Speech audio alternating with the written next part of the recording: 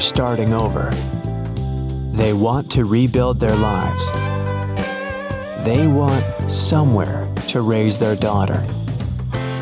Somewhere they can be a family.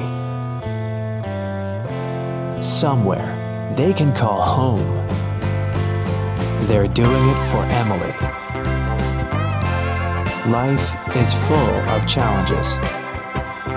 It's part of being a human. But no matter how hard things seem, no matter how difficult it is, there's always hope. Life is full of memories, but it's also full of hope. Mike and Jamie are looking forwards, not backwards.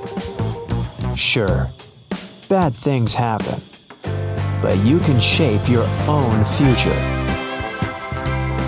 You're not defined by mistakes or tragedies.